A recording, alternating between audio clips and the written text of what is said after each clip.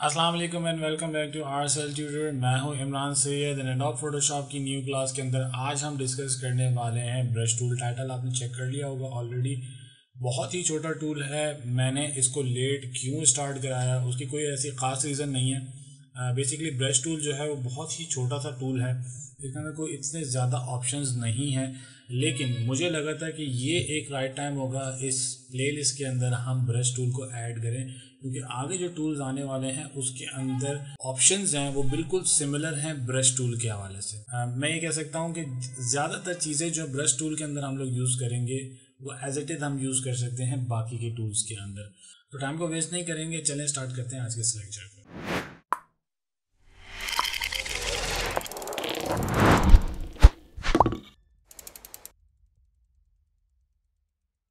तो फ्रेंड्स, आ चुका हूँ मैं अपने लैपटॉप स्क्रीन की तरफ, और लैपटॉप स्क्रीन की तरफ आते ही सबसे पहले हम क्या करेंगे, यहाँ पर एक डॉक्यूमेंट क्रिएट कर लेते हैं। कैनवस है, ओपन हो गया, ठीक है। यहाँ पे हम क्या करेंगे, सबसे पहले देख लेते हैं ब्रश टूल अवेलेबल कहाँ है। आपके जो लेफ्ट हैंड साइड है यहाँ पे सारे टूल्स आपके एज इट इज अवेलेबल रहते हैं, तो इसी के अंदर आपको यहाँ पे ब्रश टूल मिल जाएगा, ठीक है। ब्रश टूल की जो शॉर्ट की है वो सिंपल आप कीबोर्ड से जब बी का बटन प्रेस करेंगे तो ब्रश टूल आपका एक्टिव हो जाएगा। ऊपर एज इट इज कुछ ऑप्शंस हैं आपको यहाँ पे मिल जाएंगे ब्रश टूल के हवाले से। जैसे हम पहले कुछ टूल्स हमने ऑलरेडी पढ़े थे, जैसे क्विक सिलेक्शन टूल था, लासो टूल था, मार्की टूल था, ठीक है। उसके अंदर भी ऑप्शंस ऊपर आ रहे थे आपके पास। इसी तरीके से जब ब्रश टूल आप सेलेक्ट करते हो तो इसके काफ़ी सारे ऑप्शन जो हैं वो आपको ऊपर मिल जाएंगे। जैसे ही आप ब्रश टूल को सेलेक्ट करोगे जो आपका कर्सर है वो सर्कल शेप में आपको देखना शुरू हो जाए। हो सकता है जब आप ब्रश टूल सेलेक्ट करो तो आपका साइज कुछ और दिख रहा हो, इसमें घबराने की कोई ज़रूरत नहीं है। हो सकता है आपके पास किसी और तरीके से डिस्प्ले हो रहा हो, मुझे कुछ और तरीके से डिस्प्ले हो रहा हो, क्योंकि हम ऑलरेडी इसकी सेटिंग्स को छेड़ चुके हैं, ठीक है। अच्छा, सबसे पहले चेक कर लेते हैं कि ब्रश टूल के अंदर प्रॉपर्टीज़ क्या क्या हैं। तो प्रॉपर्टीज़ को एक्सेस करने के लिए हम क्या करते हैं कि हमारा जो कैनवस है इसके ऊपर आके हम सिंपल अपने माउस का जो है वो राइट क्लिक करेंगे तो हमारे पास यहाँ पर एक छोटी सी विंडो ओपन हो जाएगी। उसके अंदर यहाँ पे कुछ सेटिंग्स हैं, देख लेते हैं क्या क्या सेटिंग्स हैं। नीचे आप चेक कर रहे होंगे कि कुछ यहाँ पर आपके पास फोल्डर्स नज़र आ रहे हैं। पिछले वर्जन्स में हो सकता है आपको फोल्डर्स ना दिख रहे हों, आप कोई पुराना वर्जन यूज़ कर रहे हो फोटोशॉप का, तो पॉसिबिलिटी है कि वहाँ पर इस तरीके से आपको फोल्डर्स बने हुए ना दिख रहे हों। हो सकता है आपको कुछ इस तरीके से व्यू नज़र आ रहा हो, या हो सकता है कि आपको छोटे छोटे व्यूज़ आपका अलग, यानी कि छोटे छोटे थंबनेल्स आपको फोटोशॉप के ब्रशेस के यहाँ पे नज़र आ रहे हो। तो ये डिपेंड करता है कि आप फोटोशॉप का वर्जन फर्स्ट टाइम यूज़ कर रहे हो, फर्स्ट टाइम आपने इंस्टॉलेशन की है फोटोशॉप की, या आपने सेटिंग्स ऑलरेडी छेड़ दी हैं। अगर आपको नहीं समझ में आ रहा है कि ये जो मेरे पास व्यू आ रहा है ब्रश टूल का वो डिफरेंट है, मेरे पास डिफरेंट है, तो इसको भूल जाओ आप। इसमें ज़्यादा पढ़ने की आपको ज़रूरत नहीं है, ठीक है। जब आप इस पर काम करना शुरू करोगे तो खुद क्लियर होता जाएगा कि ब्रश नेम क्या है, ठीक है। इसी तरीके से ब्रश के स्ट्रोक्स क्या हैं। तो ये सेटिंग्स आप जब इसको इस्तेमाल करना शुरू करोगे तो ये चीज़ें आपको खुद ब खुद समझ आना शुरू हो जाएंगी। अभी फोकस आपने करना ये है सिंपल कि मैं जो आपको चीज़ें दिखाना चाह रहा हूँ ब्रश टूल के हवाले से, या उसमें क्या क्या चीज़ें अवेलेबल हैं वो सिर्फ चेक कर लें कि है क्या क्या, ठीक है। तो इसी तरीके से यहाँ पे आप चेक कर रहे हैं कि आपके ब्रश के व्यूज़ आ रहे हैं, ठीक है। हम चाहें तो इसका साइज़ पैनल का बड़ा कर सकते हैं ताकि हमें ज़्यादा ऑप्शन ज़्यादा आना शुरू हो जाए, ठीक है। तो इस तरीके से आप इसको देख सकते हैं। सबसे ऊपर जो आपके पास ऑप्शन देखोगे यहाँ पर आपके पास ब्रश का साइज़ अवेलेबल है। इसको जब आप बढ़ाते जाओगे तो आपके ब्रश का साइज़ इंक्रीज होता जाएगा, कम करोगे तो ब्रश का साइज़ कम होता जाएगा। इसी तरीके से ब्रश की जो है वो हार्डनेस आपके पास यहाँ पे अवेलेबल है। तो सिंपल एग्जांपल में अगर आपको मैं दिखाऊं कि जो जनरल ब्रशेज़ हैं, ठीक है, यहाँ आप चेक कर रहे होगे कि कुछ ब्रशेज़ जो हैं यहाँ सर्कल जो है वो बहुत ज़्यादा सॉफ्ट आ रहा है। इस तरीके से कुछ ब्रशेज़ का जो बॉर्डर्स हैं वो हार्ड दिख रहे हैं आपको। तो ये सारी की सारी चीज़ें जो हैं आप कंट्रोल कर सकते हो अपने इस हार्डनेस के ऑप्शन के साथ। आप चाहो तो ब्रश का साइज बढ़ा सकते हो, आप चाहो तो ब्रश की हार्डनेस को ज़्यादा कर सकते हो, कम कर सकते हो। एग्जाम्पल के तौर पे अगर मैं यहाँ पे ब्रश को आपको शो करूँ तो मैं यहाँ पे फर्स्ट करने मैं यहाँ पे कलर ले लेता हूँ अपने फोरग्राउंड के अंदर। एग्जाम्पल के तौर पे मैं रेड कलर ले लेता हूँ, ठीक है। रेड कलर लेता हूँ और मैं आपको यहाँ दिखाना चाह रहा हूँ कि हार्डनेस बेसिकली काम क्या करता है। मैं इसको फुल हार्ड कर देता हूँ इस वक्त, ठीक है। फुल हार्ड करने के बाद ब्रश का थोड़ा साइज भी इंक्रीज कर लेता हूँ। फिर आप यहाँ देखिए जब मैं यहाँ पे ब्रश का कलर कर रहा हूँ तो आप चेक कर रहे होंगे कि इसके जो एजेस हैं वो कितने हार्ड हैं, ठीक है। जब मैं 1 क्लिक कर रहा हूँ तो कितना हार्ड एज आ रहा है यहाँ पे। इसी तरीके से जब मैं इसकी हार्डनेस को कम करूँगा और फिर मैं यहाँ पे ब्रश से जो है पेंट करने की कोशिश करूँगा, तो आप यहाँ देखोगे इसके एजेस सॉफ्ट हो गए क्योंकि मैंने इसकी हार्डनेस को कम किया है, परसेंटेज उसकी कम कर दी है। जितना आप कम करते जाओगे उतना आपका ब्रश जो है सॉफ्ट होता जाएगा, ठीक है। तो उम्मीद करता हूँ कि ये चीज़ यहाँ पे क्लियर हो गई होगी आपको। इसी तरीके से हमारे पास यहाँ पे आप चेक करोगे कि एक सर्कल दिख रहा है आपको, ठीक है। इसमें यहाँ पे इसका एंगल चेंज करने का ऑप्शन है। इसी तरीके से 2 डॉट्स दिए हुए हैं। ये बेसिकली हम यूज़ करते हैं कैलीग्राफी के लिए या बहुत सारी जगहों पे यूज़ करते हैं। एग्जांपल सिर्फ समझाने के लिए है कि ये आप कैलीग्राफी के अंदर यूज़ कर सकते हो, या आप जो है अपने ब्रश को थोड़ा सा आप मतलब सर्कल शेप में आपको दिख रहा है तो आप चाह रहे हो कि उसका टॉप बॉटम जो है वो थोड़ा सा कम हो जाए। जिस तरीके से एग्जांपल के तौर पर अगर मैं आपको दिखाऊं कि अभी हमारे पास सर्कल यहाँ पे सर्कल में दिख रहा है, सॉरी ब्रश जो है हमारे पास यहाँ पे सर्कल में दिख रहा है। हम चाहते हैं कि ब्रश थोड़ा सा ऊपर नीचे से दब जाए। अब यहाँ चेक करोगे कि आपके ब्रश का जो व्यू है वो भी डिफरेंट हो गया, ठीक है। अब जब आप पेंट करोगे तो आप चेक कर रहे हो कि किस तरीके से आपको यहाँ पे नजर आ रहा है। सर्कल था तो सर्कल में किस तरह से दिख रहा था आपको, सर्कल में ये इस तरह से दिख रहा था, और जब हमने इसका एंगल को थोड़ा सा स्क्विच करने की कोशिश की है तो आप चेक करोगे किस तरीके से दिख रहा है, ठीक है। तो इससे आप जो है अपने ब्रश का जो है वो एंगल चेंज कर सकते हो ऊपर नीचे से। अगर इसको आप प्रिसाइज करना चाहो तो कर सकते हो, ये आपके ऊपर डिपेंड करता है। आपके पास यहाँ पर ऑप्शन अवेलेबल है। अच्छा, अब चेक कर लेते हैं कि ब्रश को रिसाइज करने के लिए हमारे पास क्या क्या ऑप्शंस अवेलेबल हैं शॉर्ट की के फॉर्म के अंदर। सिंपल ये है कि अगर डायरेक्टली एक्सेस करना है कीबोर्ड से, आप किस तरीके से जो है ब्रश का साइज इंक्रीज या डिक्रीज कर सकते हो। तो उसके लिए सिंपल ये है कि आपके पास जो स्क्वायर ब्रैकेट है आपके कीबोर्ड के ऊपर ओपन और क्लोज वाला, तो जो आपके पास ओपन करने वाला स्क्वायर ब्रैकेट है जब आप इसको क्लिक करोगे तो आप यहाँ चेक करोगे कि आपके ब्रश का जो साइज है वो डिक्रीज होता जा रहा है। इसी तरीके से जब आपका क्लोजिंग स्क्वायर वाला बटन है, जब आप उसको क्लिक करते रहोगे, क्लिक तो नहीं, प्रेस करते रहोगे, तो आपका जो ब्रश का साइज है वो इंक्रीज होता जाएगा। तो ये बेसिकली आपके पास शॉर्ट की है। कीबोर्ड से आप इजीली जो है अपने ब्रश का साइज इंक्रीज और डिक्रीज कर सकते हो। इसी तरीके से एक और ऑप्शन है जो कि बहुत ही ज़्यादा यूज़फुल ऑप्शन है।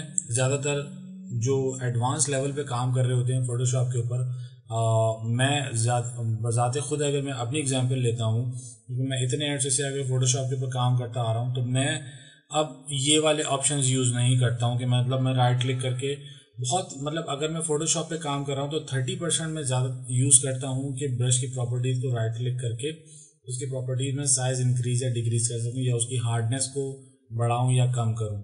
अच्छा, जो एक और ऑप्शन है जो कि हम कीबोर्ड और माउस के साथ यूज़ करते हैं, शॉर्ट की जो हमारे ब्रश के लिए अवेलेबल है, उसके हम क्या कर रहे होते हैं कि आप अपने कीबोर्ड से जब ऑल का बटन प्रेस करके रखोगे और आपने माउस का राइट क्लिक करोगे और इसको आप ड्रैग करोगे राइट हैंड साइड की तरफ, तो आप यहाँ चेक करोगे कि आपका जो ब्रश का साइज़ है वो इंक्रीज़ हो रहा है। और इसी तरीके से जब आप अपने माउस को ड्रैग करोगे लेफ्ट हैंड साइड की तरफ, तो आपके ब्रश का साइज़ जो है वो यहाँ पे छोटा होता जा रहा है। इसी तरीके से ऑल का बटन प्रेस करें, माउस का राइट क्लिक करें, और जब आप इसको ऊपर की तरफ ड्रैग करोगे तो आपका जो हार्डनेस है वो कम होती जाएगी। और आप अपने माउस को अगर ड्रैग करोगे नीचे की तरफ तो आपकी जो हार्डनेस है वो इंक्रीज़ होती जाएगी ब्रश की, ठीक है। तो जो आपके पास यहाँ 2 ऑप्शन हैं साइज़ और हार्डनेस के, तो उनको आप यूज़ कर सकते हो अपने कीबोर्ड और माउस की हेल्प से।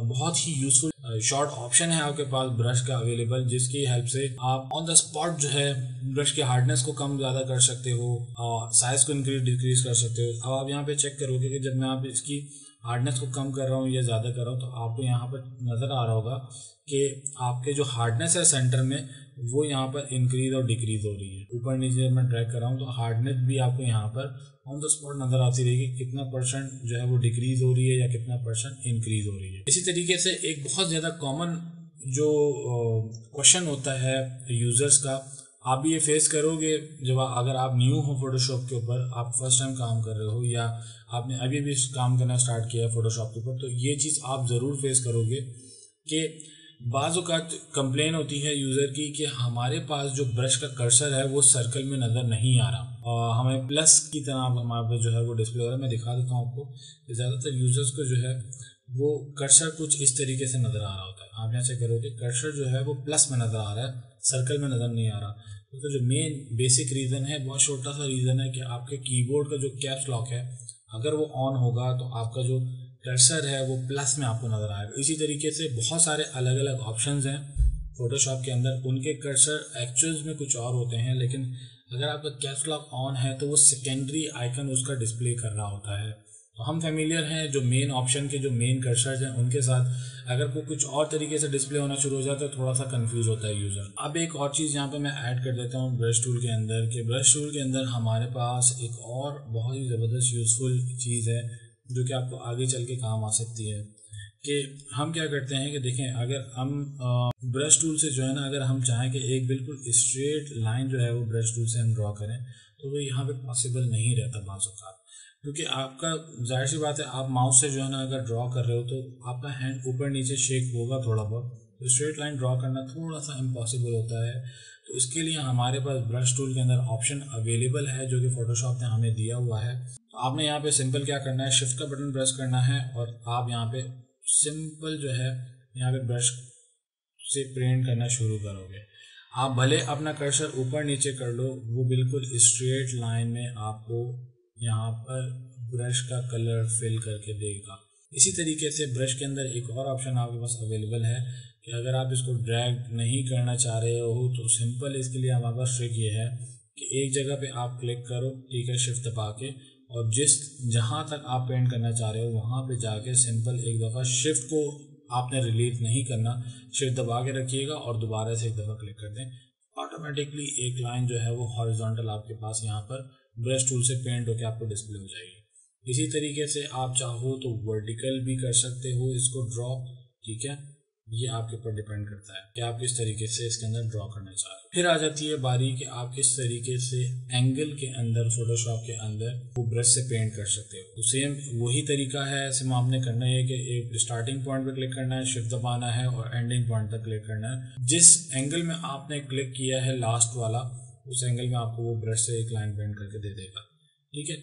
हॉरिजॉन्टल चाहो तो आप हॉरिजॉन्टल कर सकते हो, वर्टिकल चाहो तो आप वर्टिकल कर सकते हो, ये आपके ऊपर डिपेंड करता है। जिस एंगल में आप लास्ट क्लिक करते जाओगे वो उस हिसाब से आपको ब्रश से जो है वो पेंट करके देता रहेगा, ठीक है। तो ये तो बेसिकली ये सारे प्रॉपर्टीज और ऑप्शंस थे जो कि मैं आपको दिखाना चाह रहा था। यहाँ पे सारे के सारे मैंने आपको क्लियर कर दिए हैं। इसी तरीके से हमारे पास ऊपर भी कुछ ऑप्शंस हैं। सिंपल ये है कि आपके पास ब्रश के जो स्ट्रोक का प्रॉपर्टी हमने यहाँ पे लेफ्ट क्लिक करके देखे थे, वही चीज़ यहाँ पर ऊपर भी अवेलेबल है। उसमें साइज़ है, हार्डनेस है, एंगल है और इस तरीके से ब्रश के जो व्यू है थंबनेल के अंदर वो यहाँ पे आपके पास अवेलेबल है, ठीक है। इस तरीके से आप चाहो तो ब्रशेस अपने भी ड्रॉ कर सकते हो। कुछ ब्रशेस जो हैं वो आपके पास, जैसे कि मैंने यहाँ पे कुछ ऐड किए हुए हैं और कुछ बाय डिफ़ॉल्ट आपको यहाँ पे मिल जाएंगे फ़ोटोशॉप के अंदर। तो डिफरेंट तरह के आपके पास यहाँ पर ब्रशेस अवेलेबल हैं। डिफरेंट टोन के साथ आप चाहो तो डिफरेंट टोन के साथ भी यूज़ कर सकते हो। कुछ ब्रशेस ऐसे भी हैं कि फोरग्राउंड और बैकग्राउंड को मिला के जो है ना आप उनको यूज़ कर सकते हो। जैसे यहाँ पे आप चेक करोगे कि ये एक ब्रश है जो कि आपके पास स्प्रे पेंट की तरह आपको यहाँ पे डिस्प्ले हो रहा है। तो बहुत सारे ब्रशेज़ हैं ऑलरेडी यहाँ पे आपको मिल जाएंगे, आप चाहो तो उसको देख सकते हो।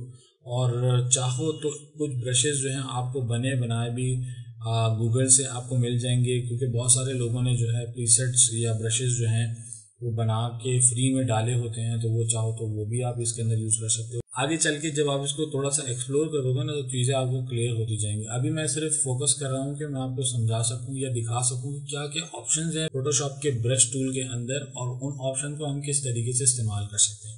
यहाँ तक कि फोटोशॉप के जो ब्रशेज़ हैं आप खुद भी इसके अंदर ब्रशेज़ बना सकते हो। आप चाहो तो बने बनाए प्रीसेट गूगल से डाउनलोड करके इंपोर्ट भी कर सकते हो। इसके अंदर सारी चीज़ें आपके पास अवेलेबल है। एडिशन या बनाने के ऊपर मैं अभी नहीं जाऊंगा, आगे चल के देखेंगे इसको किस तरीके से हम यूज़ कर सकते हैं। इसी तरीके से हमारे पास यहाँ पर मोड्स, ये बेसिकली वही ब्लेंडिंग मोड्स हैं जो कि हमने लेयर पैनल के लेक्चर के अंदर देखे थे, यहाँ पर ब्लेंडिंग मोड जो अवेलेबल थे same as it is blending mode यहाँ पर भी आपको मिल जाएंगे। लेकिन आपने यहाँ पर ये ख्याल रखना है कि जो लेयर पैनल के ब्लेंडिंग मोड्स हैं वो और ये ब्रश टूल के जो ब्लेंडिंग मोड्स हैं दोनों डिफरेंट चीज़ें हैं। ऑप्शन सेम है लेकिन काम ये अपनी कंडीशन में करेंगे। ब्रश वाले ब्लेंडिंग मोड ब्रश के लिए काम करेंगे, उसी तरीके से लेयर पैनल वाले ब्लेंडिंग मोड्स लेयर पैनल के लिए काम करेंगे। तो थोड़े से कुछ देख लेते हैं ब्लेंडिंग मोड। यहाँ पर मैं सिंपल जो है ना करता ही हूँ कि इसका ब्रश का साइज़ इंक्रीज़ करता हूँ यहाँ पे, ठीक है। और यहाँ से हम नॉर्मल ब्रश ले लेते हैं जो कि बेसिक ब्रश होता है, ठीक है। और फॉरग्राउंड कलर रेड है इस वक्त, तो मैं यहाँ पर रेड ही फिल कर देता हूँ, ठीक है।